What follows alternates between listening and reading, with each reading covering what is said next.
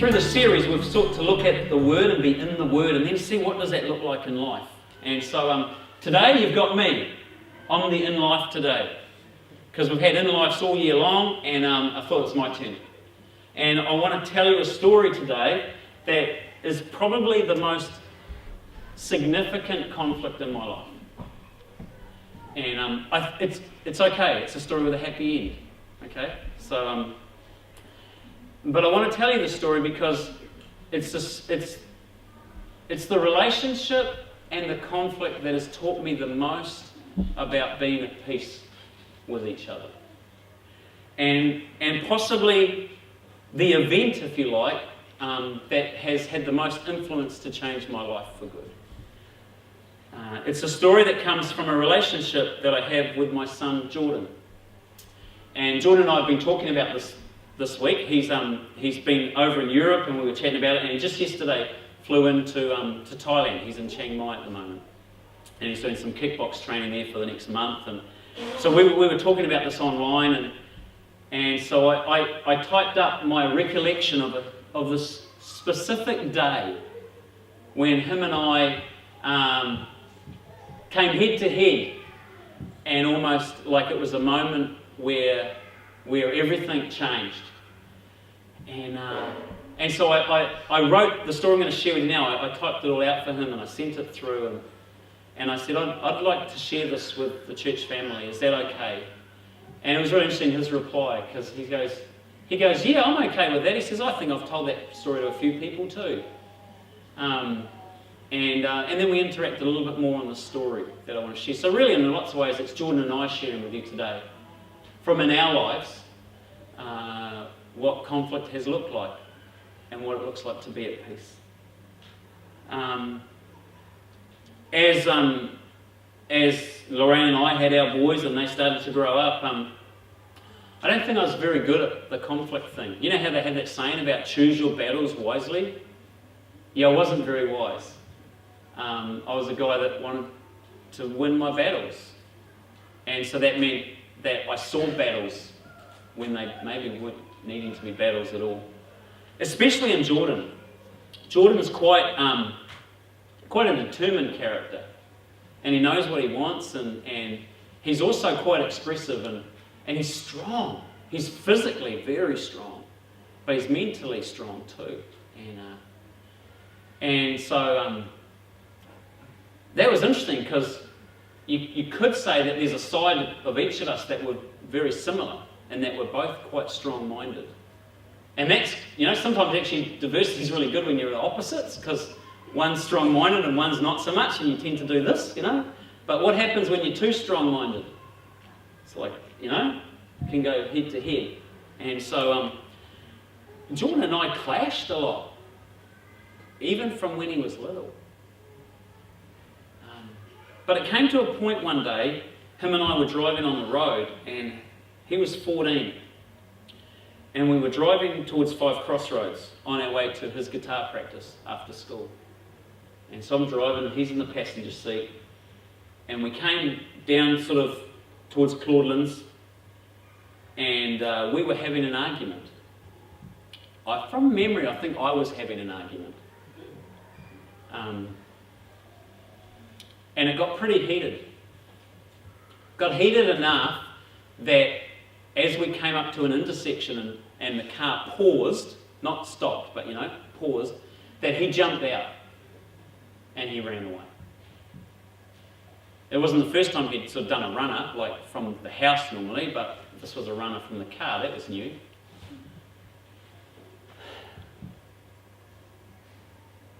And that began a few hours that would change my life forever. It wasn't just that Jordan had jumped out of the car and run away. It was all that was an expression of. We were talking the other day about why we were having the argument, and we can't remember. Neither of us can remember. He had a few ideas, and we were rattling that around, and we can't really remember what the argument was about. Funny, eh? I do know this with Jordan, that I was an abusive dad. There was a day when Jordan was quite a lot younger where I was so angry with him because he wouldn't comply, and my desire to control him was so strong, trying to, do the righteous thing. I can remember throwing him across a room.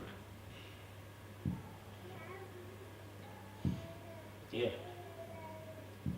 Just a boy who I thought was out of control. I was saying to Lorraine the other day, and I don't know if I ever told her this before, that when the anti-smacking law came in, which I thought was a really dumb thing to change, because I thought as parents we had the right to smack our kids when they're little, to discipline them and train them up in the way they should go and all that. Do you know what? In here, I was so relieved when that law came in. It was like it gave me a boundary. And hey, I wasn't a big hitter of my kids. It wasn't that. But you know what? What I remember thinking at the time is that, oh God, I can't smack them anymore. Because I know that in the smacking them, it's mainly because they're being naughty right now and want to correct them and want them to be better kids and I want a great future for them. And so I need to correct them right now so that they understand and get it. But in that moment, even if there's a fraction, even if there's the smallest piece of control or anger, then the whole act is abusive. And I don't know if I can say whether ever that act was pure. It only needs a little taint. So here's this day, we've come to this point where over time, especially in the early sort of 11, 12, 13-year-old years, we just became to clash more and more and argue more and more and him want to do his own thing more and me thinking about things like his future and who he's becoming and his safety, wanting to control that, but also, to be honest, knowing that how he acted reflected on me. And there's pride in there. And so I'm trying to control him, and on this day it just erupted. He ran from the car and he ran off down the road. And I didn't know what to do. I drove down to 5 Crossroads and I parked at McDonald's. And I went and sat at McDonald's. I could take them to the table I sat at. And I sat at a table at 5 Crossroads, roundabouts over here, the car park's here, and I sat at this window looking sort of southeast. And I just sat there. I didn't know what to do. My son had done a run. But it wasn't that, oh no, my son's run away. It was that, what am I doing? What's happened in this relationship? I would say that moment sitting at the table is one of the lowest moments in my life. I've had some low moments. Remember the day that we lost our son to miscarriage. I think of the deaths of my mum and my dad, and I think of the murder of a good friend in the main street of town here when I was in my early 20s. They were low days in my life. But this day, sitting at McDonald's, I can tell you it's the lowest moment in my life. Because I felt like I'd lost a son. And I didn't know if I'd ever get him back. I knew that I could pick up my phone and find out where he was, and I knew he'd eventually calm down and he'd get hungry and come home. But I didn't know if I'd ever have him back. That's how I felt that day. I remember texting a few friends. I can't remember exactly who, but there were some buddies who I used to text to us to pray, and I think it might have been Mike Taylor and Paul, and I think it might have been Murray and Andrew Nickel. I think it was these 4 guys, but I just texted them and just went, please pray for Jordan. He's just run away.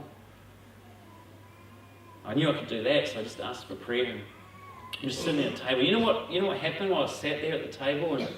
And it does fit what we're talking about loving one another around the table. As I sat around the table with God that day. Because He's who I talk to. Right then. I remember just being at the table and crying out to God, God, I give up. I don't know what to do anymore. I give up. I don't know how to be a dad to Jordan. I don't know what to do. I can't fix this. I give up and I give it to you. I don't know what to do. And I gave up that day. I didn't give up like on Jordan or my love for him. I gave up that I could not do this anymore.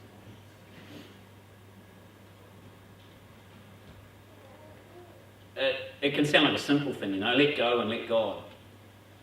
It was really hard, to be really honest, as I sat there at the table with God in 5 Crossroads McDonald's, to just tell him that I was good. It was a decision that I had to make, that I can't do this anymore. I can't fix this, I can't control this. But you know what? Why I think I got to that day? Is I think it was the day I realised this is not about Jordan. This is about me. I felt so guilty, so ashamed. So I picked up my phone and I called him. And he picked up. And I said, "Where are you?" And he says, "I'm at the gate of Boys High." That was his school. He hated Hamilton Boys High School. But he was there at the gate. I don't know why he ran there. So I drove along to Boys High and to the gate, and there he was sitting at the gate. He hopped in beside me, and we started heading back towards Chartwell to music practice. I remember thinking, I wonder what he's thinking right now. Because we were just dead quiet in the car. Like, I never said anything, he never said anything. You imagine, like, you're 14 and that's just gone on, like you've just done the runner and then your dad's picked you up, like, and knowing what's gone on before, you're going to get an earful, and we're just dead silent in the car. I've always wondered what he was thinking. Well, we got to music practice to this guy's house, and he goes, "Oh, am I still doing music?" And I went, "Yeah, you better." So he grabbed his guitar and he went into music, and I got to sit there in the car for half an hour, a long half hour. Then he came back out and he hopped in the car. We started driving towards Chartwell, or towards Rotorua actually, and then he says, "Dad, why did you give me a ride to music today?" And I never give Jordan a ride to music. That's what Lorraine does on that day. I says, "Oh, I decided I wanted to take you to music and then take you to KFC for dinner." And he's like, "Oh, can we still do that?" And I'm like, "Yeah, okay, that's where we're going now." So we drove to KFC at Rotorua, it just opened.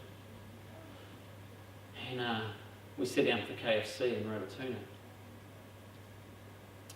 And we had a conversation. I think possibly the first real conversation I've had in several years. Just sitting at KFC. Me asking him how his day's been, how he's feeling. And we just chatted there at KFC.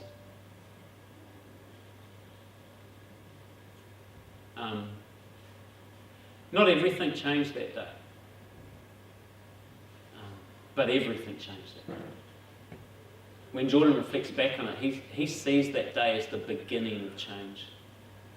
He sees that the relationship over a period of time has changed radically. But for me, that day was a radical shift. I didn't get everything right after that. I didn't hold it all together every time after that. But something shifted, something changed so much. It was as if taking the conflict that was always there and always in the battle, it was almost like taking the conflict and giving it to God. And as soon as that happened, it was like I could see him. All I was seeing was the battle. All I was seeing was my naughty son. All I was seeing was where you're headed. All I was seeing was the accident ready to happen. All I was seeing was the defiance on me. And it's suddenly like giving away the conflict. It wasn't like all the issues were removed, but I saw him. And I was able to love him. To the point, today, just so love my son, Jordan. Just flick on the pictures there, sorry. So this is my son, Jordan. That's the year that we had our KFC and McDonald's experience. He's a good kid. You see, he doesn't like doing selfies with Dad, but That's him today. That was this year when we caught up in April together up in Canada. And like I love being Jordan's dad. And I love being his friend. And he messaged me back the other day and he says, I love being your son and being your friend too, Dad. I love that. I love that about all my boys, that we have a relationship where we actually can express that to each other and we love each other. 6 years ago, I didn't think this was possible. You could say, hey, it's just adolescence, we all go through it, we all get there in the end. I don't know if you do. And I can't believe how fast we got there. And I'm so thankful for what God did in here with me to change me.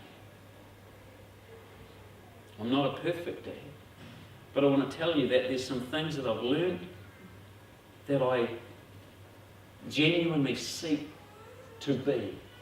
And they come out of the passages that we've looked at. And these, I would say, are the principles that I want to leave with you, both from in the Word but also in my life, that I think are the game changers when it comes to conflict. Most of the differences you'll have with others, you come into conflict and two things normally happen. It's either in your face aggression kind of thing, or it's like create great distance and silence and isolation. We're not very good at finding anywhere in the middle where you find peace. We either fight or flight. Ephesians 4, we were just there. But look at these words again. Verse 2, be completely humble and gentle, be patient, bearing with one another in love. Verse 32, be kind and compassionate to one another, forgiving each other just as Christ forgave you. Look at these 6 words. Have a look at them here. Humble, gentle, patient, kind, compassionate, forgiving. That's sandwiched in what love looks like. Okay? Paul's saying, here's what love looks like. These 6 words. What I can tell you is that as a dad, I think today that these 6 words describe me as a dad today. And they didn't 6 years ago.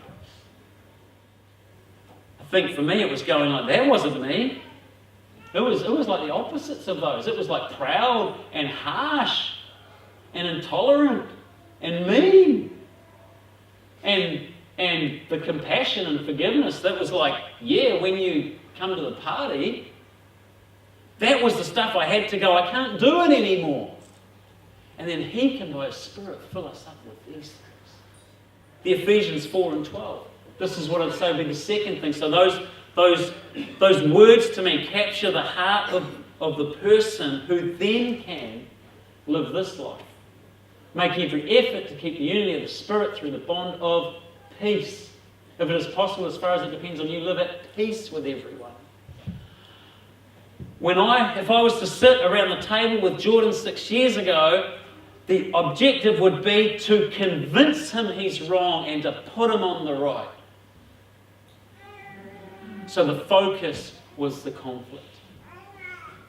What changed that day is I got to see that he needed to be my focus. And therefore, I would say without realising it, peace became my focus, not the conflict.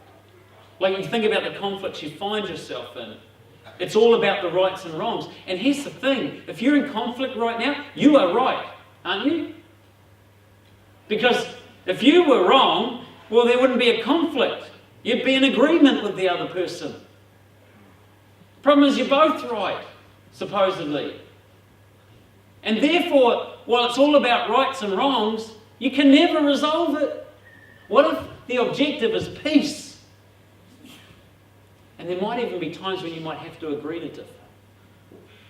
But the objective needs to be peace. But as we see from here, it's an effort. It doesn't come naturally. We have to choose it. And the last point I would say is this. I haven't got it on screen, I'll just read it to you. And this is, I guess, what happened for me 6 years ago. Give the control of the relationship to God so that you can love the person despite the conflict. Read that again. Give the control of the relationship to God so that you can love the person despite the conflict. I love the fact that my son Jordan and I have some similarities, but I also love the fact that we're so different. And we don't always agree. Like in that recent trip, we had this long run and we had some conversation on the way where we just totally disagreed on some stuff. Some of it was about my faith, and some of it was about some life stuff. But we were able to journey that together, like literally as we ran. We were able to be open and honest with each other. We were able to love each other with our differences. That's a gift. And I want to encourage you to be willing to remove the conflict enough to be able to see the person and to love them.